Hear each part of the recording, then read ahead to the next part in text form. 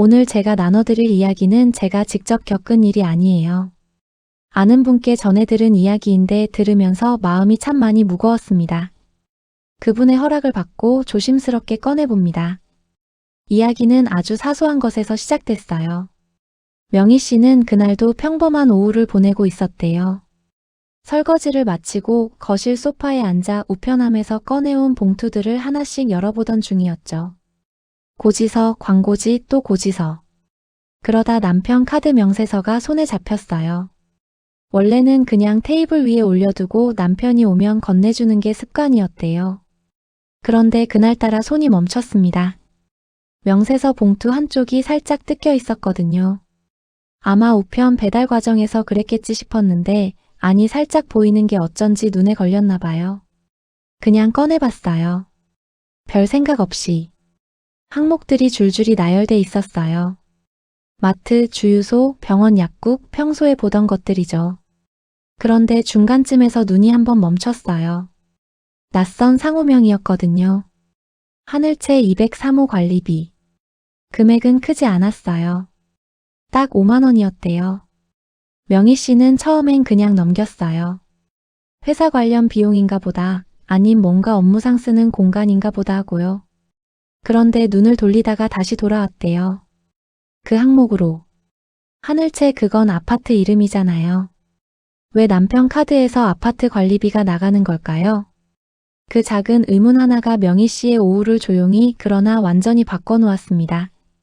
명희 씨는 봉투를 다시 접었대요. 그리고 테이블 위에 올려뒀죠. 평소처럼. 별거 아닐 거야. 그렇게 스스로에게 말했다고 해요. 남편 철수 씨는 소규모 건설 관련 업체에서 현장 관리 일을 하는 사람이었거든요. 때로는 현장 근처에 임시 숙소를 쓰기도 하고 회사 명의로 뭔가 빌리는 일도 있다고 했으니까요. 그런 맥락에서 생각하니 그냥 넘어갈 수 있을 것 같았대요. 저녁 준비를 했어요. 된장찌개를 끓이고 생선을 구웠죠. 철수 씨가 퇴근해서 들어왔을 때 명희 씨는 그냥 물어볼까 하다가 입을 닫았대요. 왠지 물어보기가 이상한 거예요. 뭔가를 묻는다는 게 뭔가를 의심한다는 뜻처럼 느껴졌나 봐요.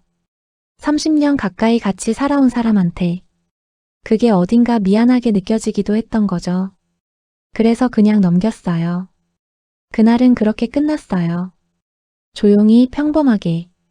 그런데 명희 씨 머릿속에서 그 글자는 사라지지 않았대요. 잠자리에 누웠을 때도 새벽에 잠깐 눈이 떠졌을 때도 어딘가 구석에 박혀 있었어요. 하늘채 203호. 그게 뭔지 알 수도 없고 그렇다고 모르는 척 완전히 넘길 수도 없는 그 애매한 자리에서 명희 씨는 다음날 아침을 맞이했대요. 한 달이 지났어요. 다음 달 카드 명세서가 왔을 때 명희 씨는 자기도 모르게 먼저 그 항목을 찾았대요. 찾지 않으려 했는데 손이 먼저 가더라는 거예요. 있었어요. 하늘채 203호 관리비. 똑같이 5만 원. 같은 날짜에 같은 금액으로.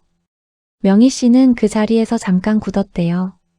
숨을 한번 들이쉬고 명세서를 다시 처음부터 천천히 읽어내려갔어요. 그러다 또 하나의 항목이 눈에 걸렸습니다. 이마트 용인 수지점. 우리 집에서 용인 수지까지는 차로 1시간이 넘어요. 철수 씨가 거기서 장을 봤다는 건데 명희 씨는 그 날짜를 확인했대요.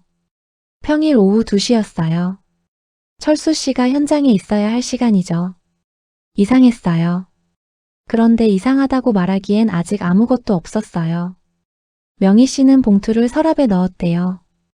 이번엔 남편 테이블 위에 올려두지 않고 자기 화장대 서랍 안쪽에 넣었어요. 전달 것도 꺼내서 나란히 두었죠. 2장의 명세서. 2번의 같은 항목. 뭔가 패턴처럼 보이기 시작했어요. 아직은 흐릿하지만 분명히 윤곽이 잡혀오는 것 같은 느낌. 명희 씨는 그게 무서웠대요. 확인하고 싶기도 하고 확인하기 싫기도 한 그 기묘한 마음. 그 2장의 명세서가 명희 씨 삶을 완전히 바꾸는 시작이 될 거라고는 그때는 아직 몰랐을 거예요. 명희 씨가 처음 핸드폰을 들고 검색창을 열었던 건 남편이 출근하고 집이 조용해진 오전이었대요. 손이 조금 떨렸다고 했어요. 하늘채 아파트라고 쳤을 때 여러 지역 검색 결과가 쭉 나왔어요. 그 중에서 용인 수지 쪽 하늘채를 눌러봤대요. 이마트 수지점과 같은 지역이었거든요. 아파트 사진이 뜨고 단지 안내가 나왔어요. 꽤 오래된 중소형 아파트였대요. 세대수도 많지 않은 조용한 주거단지. 203호. 명희 씨는 그 숫자를 한참 바라봤대요. 누가 살고 있을까? 왜 그 관리비가 남편 카드에서 나가는 걸까? 업무용이라면 회사 명의로 처리하는 게 맞지 않나? 왜 하필 개인 카드에서? 질문이 꼬리를 물었어요. 그 다음에 명희 씨가 한 건 그 아파트 주소를 지도에서 확인하는 거였어요. 얼마나 걸리는지 경로를 검색해 봤대요.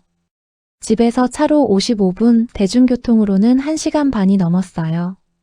가본 적 없는 동네였어요.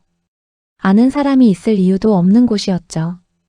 검색창을 닫고 핸드폰을 내려놨을 때 명희 씨 마음속에서 뭔가 결심 같은 게 조금씩 굳어가고 있었대요. 아직 말로 표현할 수는 없었지만 그냥 모른 척 넘기는 건 이제 안 될 것 같다는 느낌. 그 느낌이 명희 씨를 결국 거기까지 데려가게 됩니다. 명희 씨가 용인 수지 하늘채 아파트 앞에 서게 된 건 검색하고 사흘이 지난 날이었대요. 버스를 2번 갈아탔어요. 택시를 탈까 하다가 괜히 기록이 남는 게 싫어서 대중교통을 이용했다고 해요. 그 작은 선택 하나에서 명희 씨가 얼마나 조심스럽게 움직이고 있었는지가 느껴지더라고요. 아파트 단지 입구에서 멈췄대요.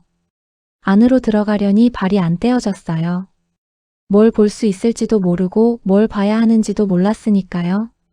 그냥 외벽에 기대서 잠깐 서 있었대요. 그러다 단지 안쪽 상가 쪽으로 자연스럽게 걸어 들어갔어요. 편의점도 있고 부동산도 있고 작은 미용실도 있더랍니다. 동네 주민처럼 보이려고 천천히 걸었대요. 동호수 안내판을 찾았어요. 이동 203호. 엘리베이터 쪽으로 가다가 멈췄어요. 올라가면 뭐라고 할지 무슨 이유로 거기까지 올라간 건지 생각이 정리가 안 됐던 거죠. 그냥 1층 로비에 서 있었대요. 10분 정도를. 그때였어요. 엘리베이터 문이 열렸어요. 그리고 한 여자가 내렸어요. 명희 씨는 그 여자를 처음 봤습니다. 명희 씨는 그 여자를 보자마자 직감적으로 알았대요. 설명할 수 없는 감각이었다고 해요. 아직 아무것도 확인된 게 없는데 그냥 알았다고. 심장이 한 박자 늦게 뛰는 느낌이었다고 했어요. 여자는 40대 초반쯤 되어 보였대요. 단정한 차림이었고 손에는 장바구니가 들려 있었어요. 그리고 한쪽 손에는 초등학생쯤 되어 보이는 아이의 손이 잡혀 있었어요. 남자아이였어요. 명희 씨는 그 장면을 보면서 다리에 힘이 풀리는 걸 느꼈대요. 그 자리에 그냥 주저앉고 싶었다고. 그런데 그럴 수 없었어요. 모르는 척 그냥 지나가는 사람처럼 있어야 했으니까요. 여자와 아이는 상가 쪽으로 걸어갔어요. 명희 씨는 반대 방향으로 돌아 걸었대요. 눈물이 나올 것 같았지만 참았어요. 단지 밖으로 나올 때까지는 꼭 참았다고 해요. 버스 정류장 벤치에 앉았을 때 그제서야 조금 울었대요. 아이가 있었어요. 그 사실이 모든 것을 달라 보이게 만들었어요. 단순한 외도가 아니었어요. 그 아파트에서 살아가는 사람들이 있었어요. 거기도 하나의 가정이 있었던 거예요. 명희 씨는 집으로 돌아오는 버스 안에서 내내 창밖만 봤대요. 아무 생각도 안 하려 했는데 그 아이 손을 잡고 걷던 여자의 뒷모습이 계속 눈앞에 어른거렸다고 해요. 버스에서는 울었어요. 그런데 집 현관문을 열고 들어서는 순간 명희 씨는 눈물을 멈췄대요. 의도한 게 아니었어요. 그냥 자연스럽게 그렇게 됐다고 해요. 뭔가가 안에서 딱 잠기는 느낌이었대요. 감정이 사라진 게 아니라 덮인 거예요. 두꺼운 무언가로. 저녁을 차렸어요. 밥을 짓고 국을 끓이고 반찬을 냈어요. 철수 씨가 들어왔을 때 명희 씨는 평소와 똑같이 밥상 앞에 앉았대요. 오늘 어땠어요? 그 말도 평소처럼 했대요. 목소리가 떨리지 않게, 아무렇지 않게.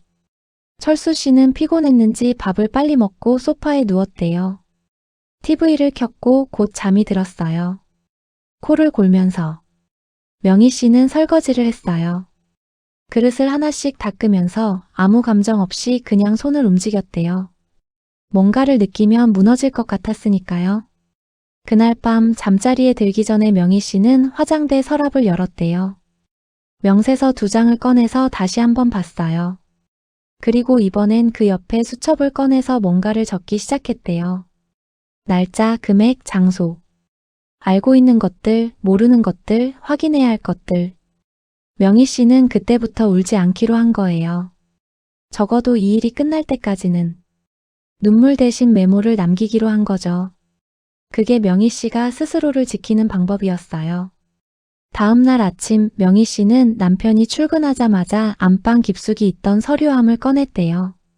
평소에는 잘 열지 않는 서류함이었어요. 보험 서류, 집 등기, 자동차 서류 같은 게 들어있는 곳이었죠. 명희 씨는 그 안을 처음으로 천천히 꼼꼼하게 들여다봤대요. 통장들이 있었어요. 주거래 통장 하나, 월급 통장 하나, 그리고 명희 씨가 존재를 잘 몰랐던 통장 2개. 명희 씨는 그 2개의 통장을 꺼내서 거래 내역을 넘겨봤대요. 한 통장은 몇 년 전부터 매달 일정 금액이 빠져나가는 패턴이 있었어요. 금액이 작지 않았어요. 한 달에 200만 원. 200만 원이 매달. 명희 씨는 그 숫자 앞에서 잠깐 눈을 감았대요. 계산이 됐거든요. 몇 년치를 더하면 얼마인지, 그 돈이 어디로 갔는지 이미 짐작은 가고 있었어요. 다른 통장은 입출금 내역이 복잡했대요. 명희 씨가 모르는 계좌로 이체된 금액들도 있었고 현금 인출도 꽤 됐었어요. 명희 씨는 수첩에 하나씩 옮겨 적었대요. 날짜, 금액, 계좌번호 뒷자리. 서류함을 원래 자리에 돌려놓을 때 명희 씨 손이 조금 떨렸대요. 분노 때문인지 아니면 그냥 무서워서인지 자기도 잘 모르겠다고 했어요. 그냥 손이 떨렸다고요. 명희 씨는 남편 핸드폰을 몰래 본 적이 없었대요. 30년 가까이 같이 살면서 한 번도 그런 거 하는 사람이 아니었거든요. 서로 그런 거 안 본다는 게 어느 정도 암묵적인 규칙처럼 있었다고 해요. 신뢰라고 생각했는지 아니면 그냥 서로 무관심했던 건지 이제 와선 잘 모르겠다고 했대요. 그런데 그날 오후 철수 씨가 샤워하러 들어가면서 핸드폰을 소파 위에 두고 갔어요. 명희 씨는 한 2분을 그냥 앉아 있었대요. 핸드폰을 보지도 않고 그냥 앉아서 생각했어요. 그러다 손이 갔어요. 비밀번호가 없었어요. 화면이 바로 열렸대요. 그것도 뭔가 이상하게 느껴졌다고 해요. 오히려 감출 게 없다는 듯한 여유처럼 보여서요. 카카오톡을 열었대요. 대화 목록 중에 이름 없이 저장된 번호 하나가 있었어요.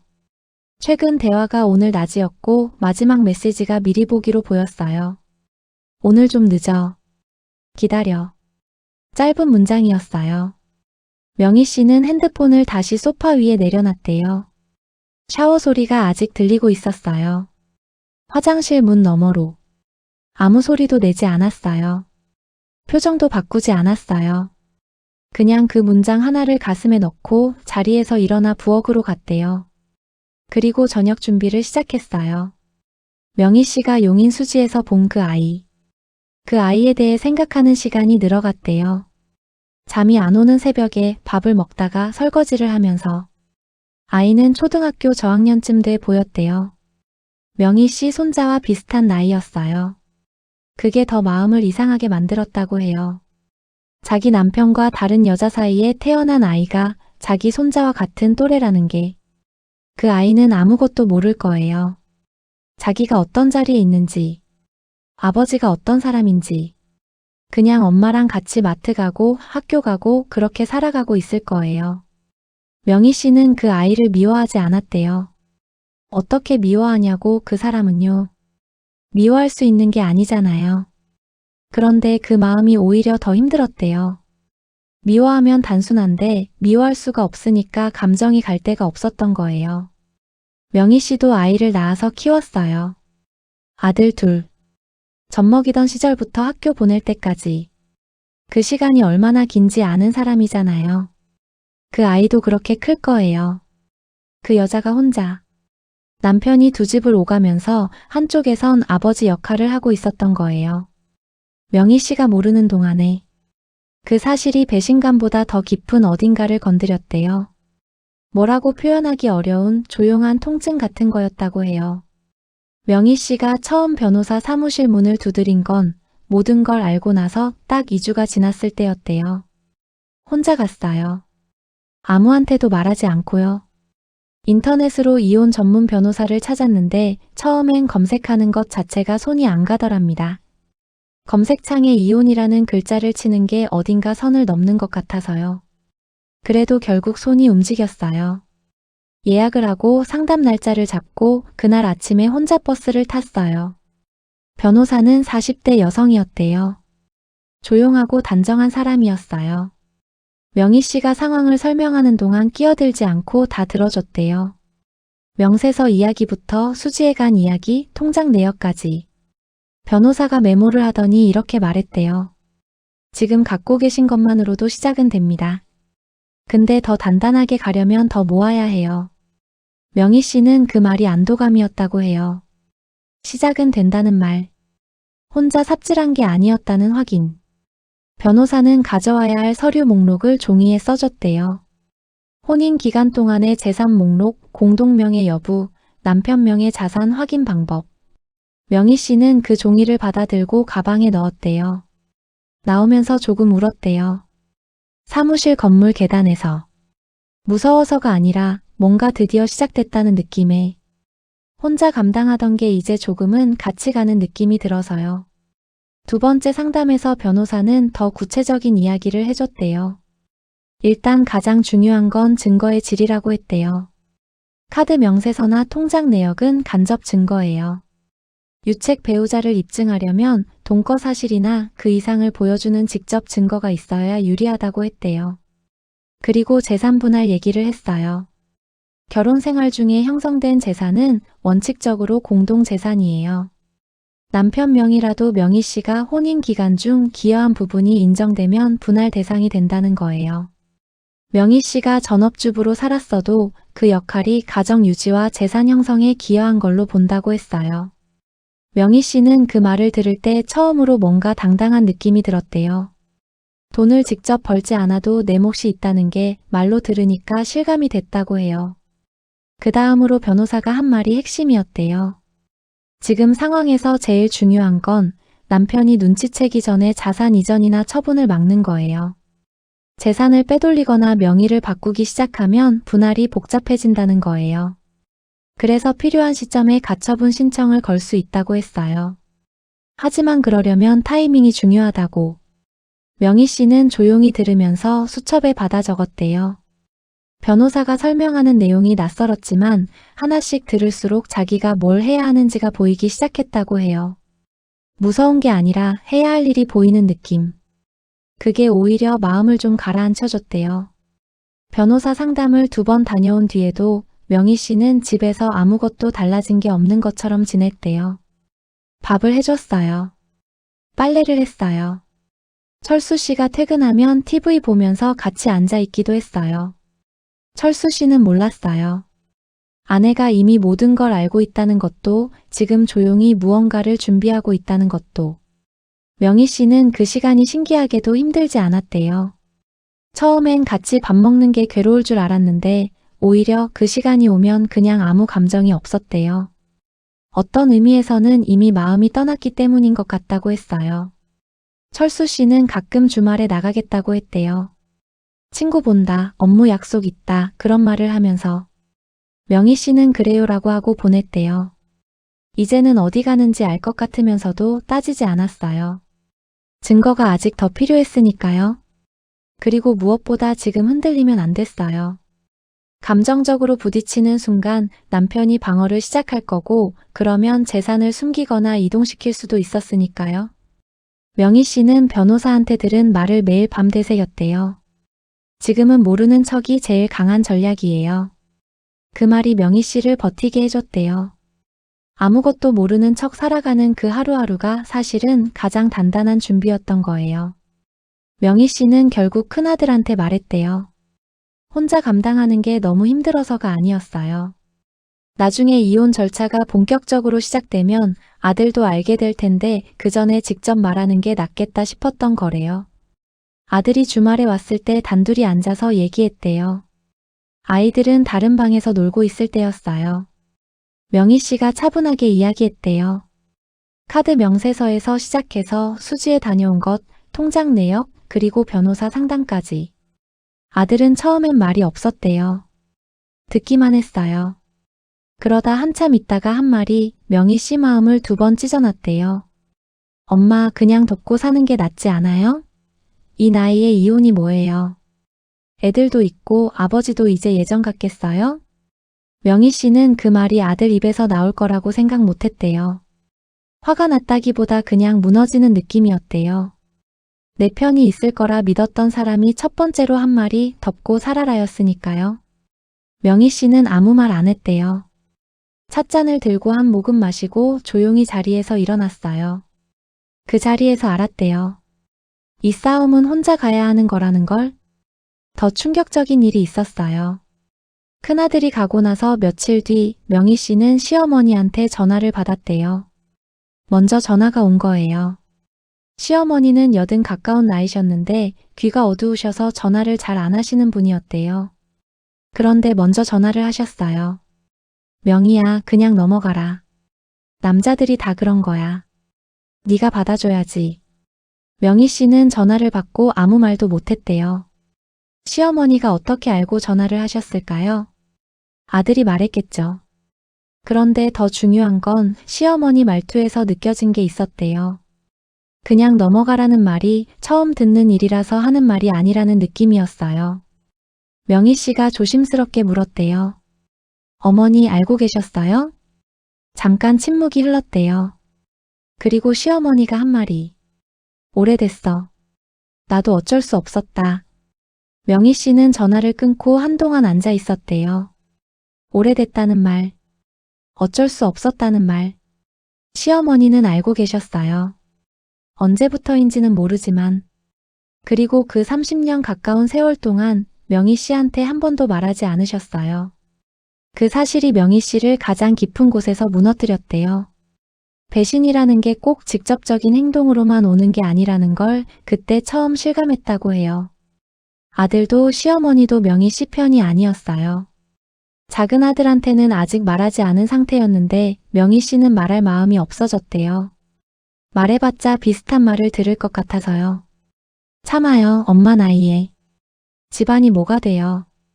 그런 말. 친구들한테도 말 안 했대요. 가까운 친구 한두 명이 있긴 했는데 이런 이야기는 어떻게 꺼낼 수가 없었어요.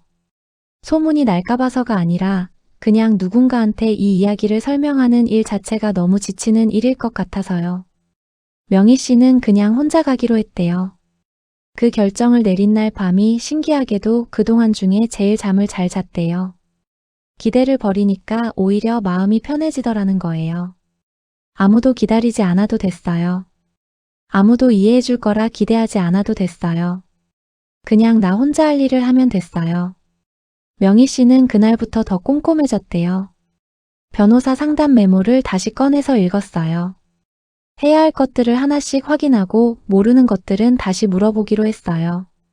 감정을 소비하는 데 쓰던 에너지를 이제는 준비하는 데 쏟기로 한 거예요.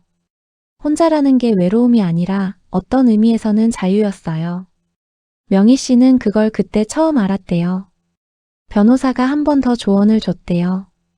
재판에서 유책 사유를 인정받으려면 동거 사실에 대한 객관적인 증거가 필요한데 그걸 확보하는 가장 확실한 방법이 흥신소, 요즘 말로는 사설탐정 의뢰라고 했어요. 명희 씨는 처음엔 거부감이 있었대요.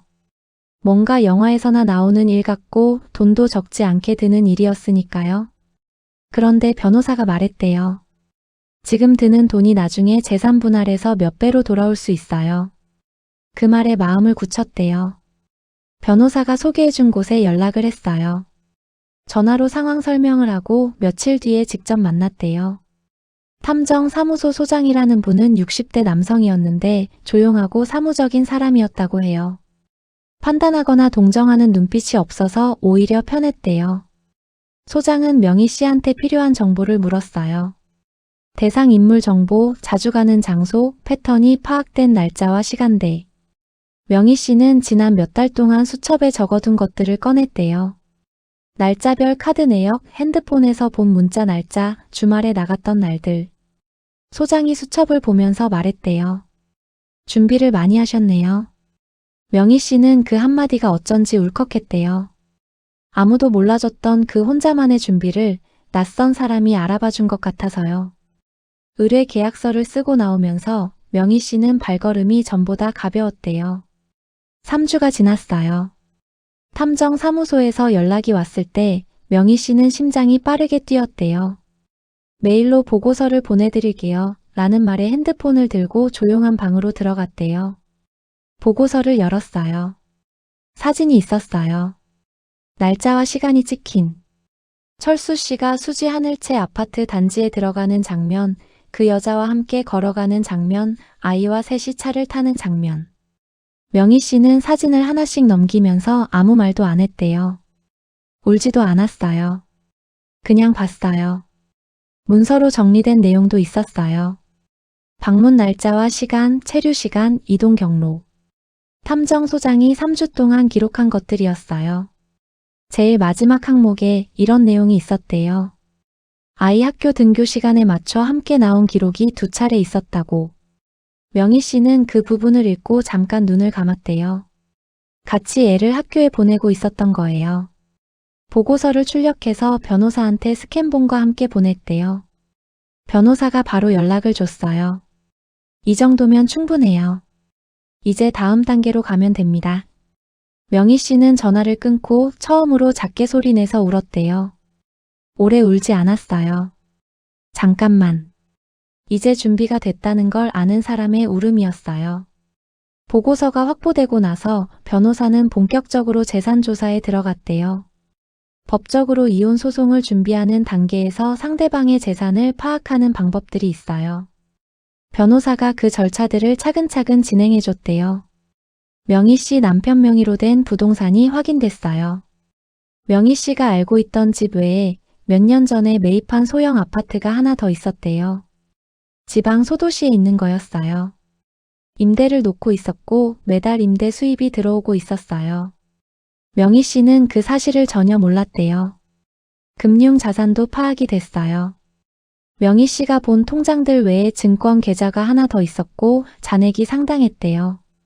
이것도 명희 씨는 모르는 계좌였어요. 변호사가 명희 씨한테 한 가지 더 말해줬어요. 수지 아파트 그 203호요. 남편분 명의로 된 게 아니에요. 그 여성 명의예요. 하지만 매입 시점과 자금 흐름을 추적하면 연결고리가 나올 수 있어요. 실제로 그 아파트 매입 시기 전후로 철수 씨 계좌에서 거액 현금 인출 기록이 있었대요. 명희 씨는 수첩에 받아 적으면서 조용히 생각했대요. 30년 동안 자기가 모르는 사이에 이렇게 많은 일이 일어나고 있었구나. 그 생각이 더 이상 배신감이 아니라 그냥 사실로만 느껴졌대요. 감정이 빠진 냉정함. 그게 오히려 더 무섭다고 했어요. 준비가 어느 정도 갖춰지면서 명희 씨는 남편의 태도에서 작은 변화를 감지하기 시작했대요. 철수 씨가 조금 더 자주 집에 있으려고 했대요. 주말에 나가는 횟수가 줄었어요. 밥을 먹으면서 먼저 말을 걸기도 하고 어디 드라이브라도 갈까 그런 말을 꺼내기도 했어요. 명희 씨는 그게 무서웠대요. 남편이 눈치챈 건지 아니면 그냥 우연히 그런 건지. 변호사한테 얘기했더니 이럴 때 가장 조심해야 할 게 갑자기 다가오는 남편이라고 했대요. 재산 정리를 서두르거나 명예 이전을 시도하거나 빌려준 돈을 갑자기 회수하거나 그런 움직임이 나타날 수 있다고요. 그래서 명희 씨는 더 면밀하게 관찰했대요. 남편이 집에서 통화하는 내용에 귀를 기울이고 외출할 때 어디 간다고 하는지도 기억해뒀어요. 어느 날 철수 씨가 지방에 출장 간다고 했대요. 2박 3일이요. 명희 씨는 다녀오세요 라고 했대요. 표정 하나 안 바꾸고. 그런데 출장 날 저녁에 변호사한테 전화가 왔어요. 철수 씨 명의 지방 아파트가 그날 부동산에 매물로 나왔다는 거예요. 탐정소장이 알려줬대요. 명희 씨는 바로 변호사한테 전화를 돌렸어요. 그리고 변호사가 움직이기 시작했어요.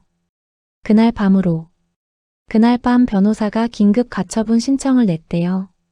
지방 아파트에 대한 처분 금지 가처분이었어요. 법원이 빠르게 인용해줬고 부동산 매매가 막혔대요. 명희 씨는 그 연락을 받고 처음으로 뭔가 통쾌한 느낌을 느꼈대요. 소리를 지르거나 그런 게 아니라 그냥 가슴 안에서 조용하게 됐다는 느낌이 왔대요. 변호사는 이제 소장을 써야 할 때라고 했어요.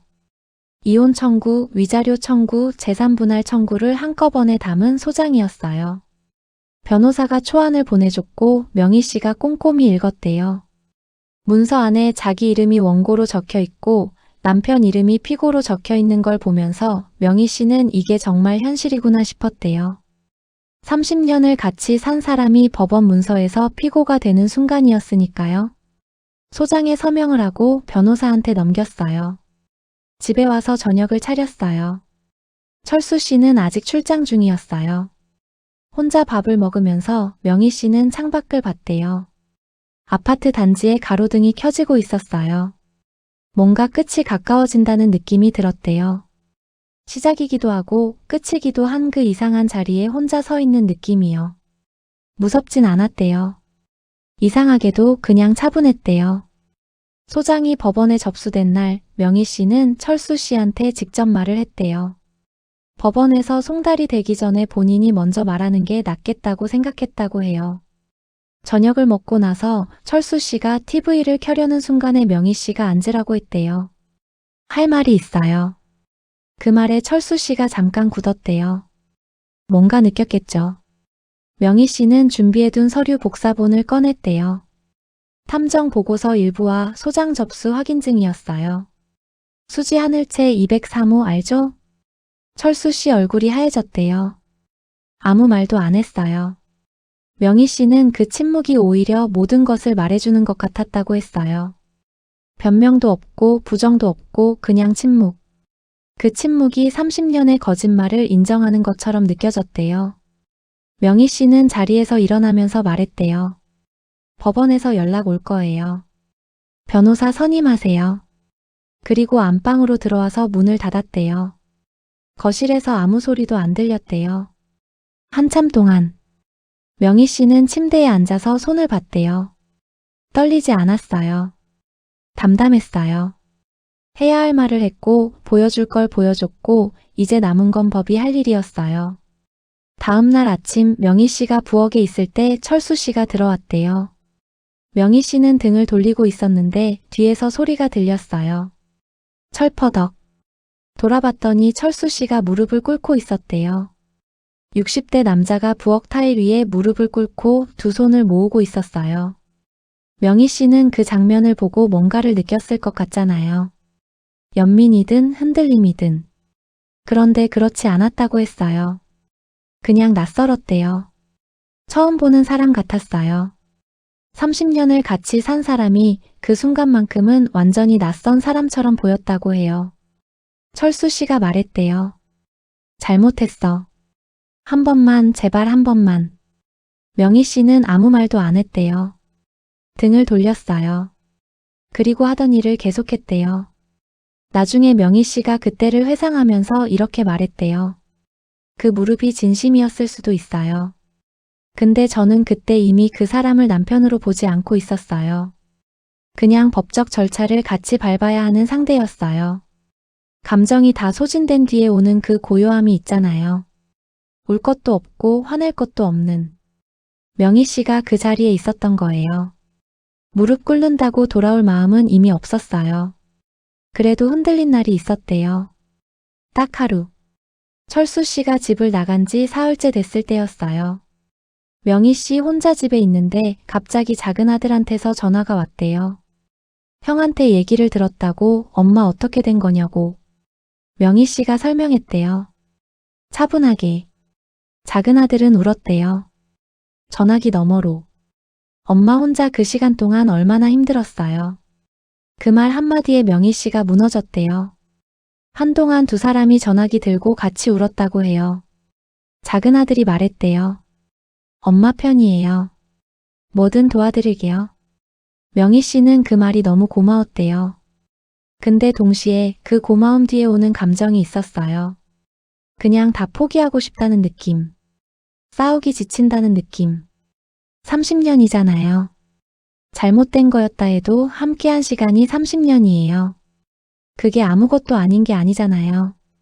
명희 씨는 그날 밤 한참을 고민했대요.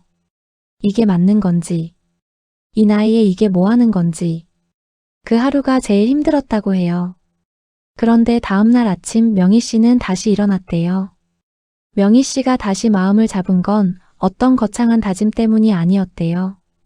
아침에 일어나서 밥을 먹는데 자기가 먹는 그 밥상이 눈에 들어왔대요. 혼자 차린 밥이었어요. 반찬이 2가지뿐이었지만 그게 어딘가 마음에 들었다고 해요. 억지로 만든 게 아니라 자기가 먹고 싶은 걸 먹고 싶은 만큼 차린 밥이었으니까요. 명희 씨는 그 생각을 했대요. 앞으로 남은 시간 동안 나는 어떻게 살고 싶은가? 30년을 눈치 보며 살았어요. 시댁 눈치, 남편 눈치, 자식들 눈치. 내가 뭘 원하는지 물어본 적이 없었대요.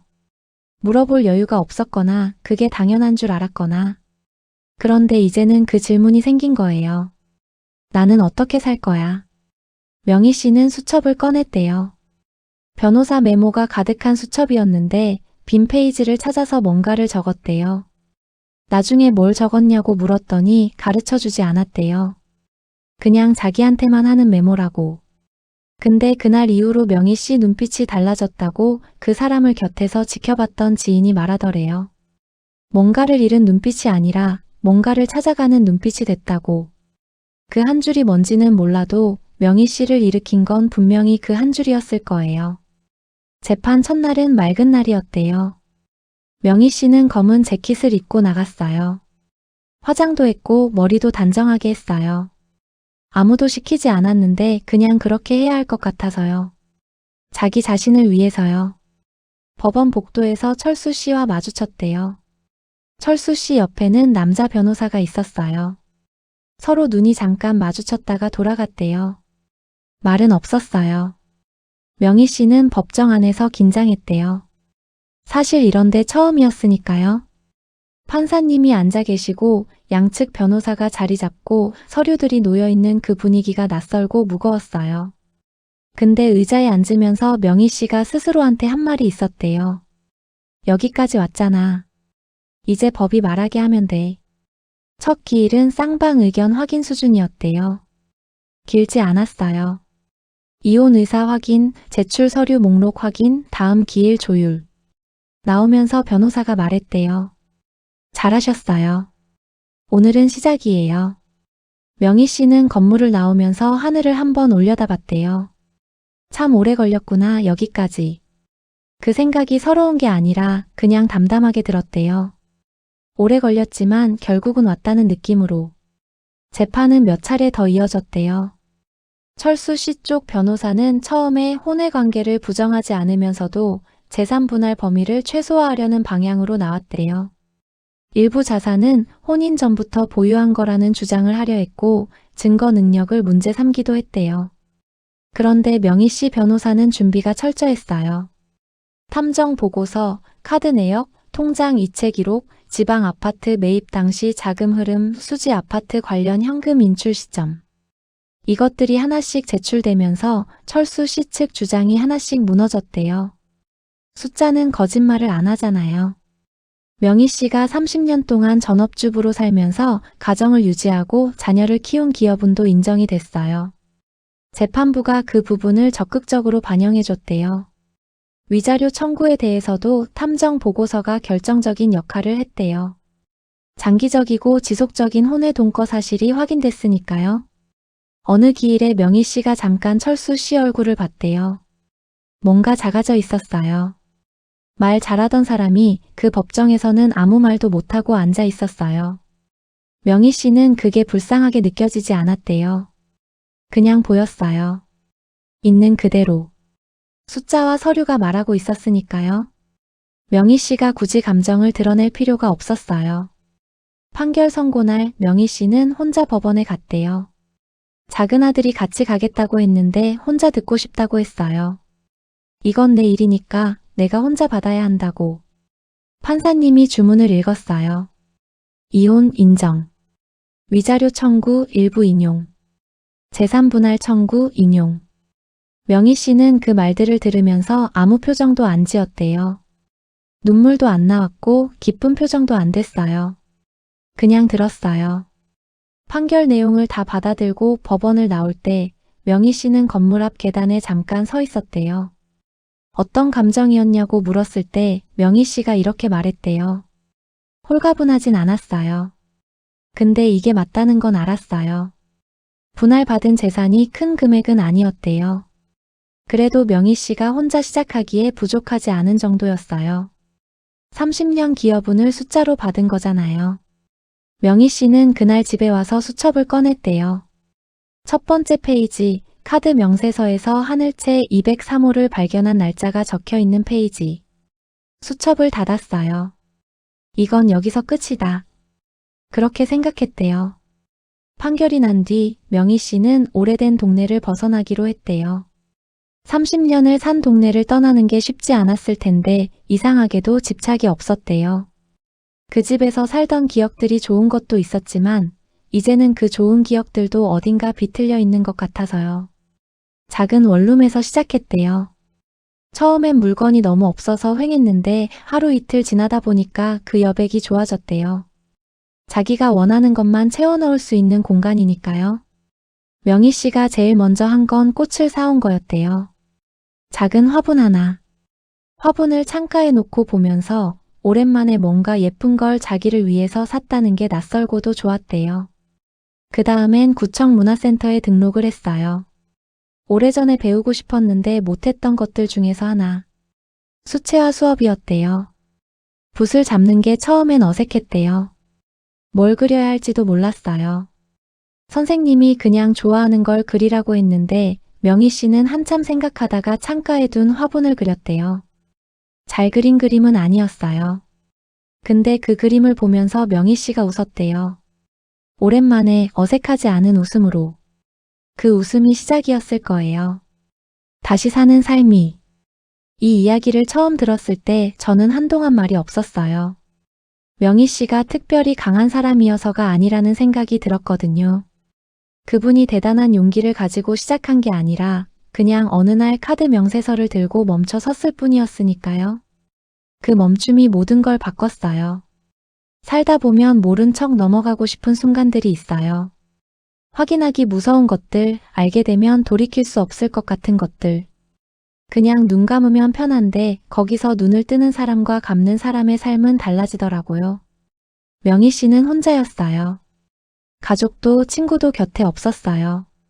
그런데 그 고립 속에서 더 단단해졌어요. 기댈 곳이 없으니까 스스로 서야 했고 스스로 서다 보니 자기 발이 생긴 거예요. 이 이야기에서 화려한 복수는 없어요. 극적인 장면도 없어요. 그냥 한 사람이 조용히 자기 몫을 찾아간 이야기예요. 그런데 저는 그게 더 오래 마음에 남더라고요. 누군가가 당신 곁에서 지금 비슷한 고민을 하고 있을 수도 있어요. 아니면 당신 자신이 그 자리에 있을 수도 있고요. 어느 쪽이든 제가 이 이야기를 꺼낸 이유는 하나예요. 몰랐던 것을 알게 됐다고 해서 그게 끝이 아니라는 것. 명희 씨처럼 알고 난 뒤에도 삶은 계속된다는 것. 그리고 그 삶은 달라질 수 있다는 것. 오늘 이야기는 여기서 마칠게요. 들어주셔서 고마워요. 오늘 이야기가 마음에 남으셨다면 그걸로 충분해요. 이 채널이 계속 이어지려면 작은 관심이 큰 힘이 된답니다. 구독 버튼이 저한테는 다음 이야기도 들을게요 라는 말처럼 들려요. 부담 없이 가볍게 눌러주시면 감사하겠습니다.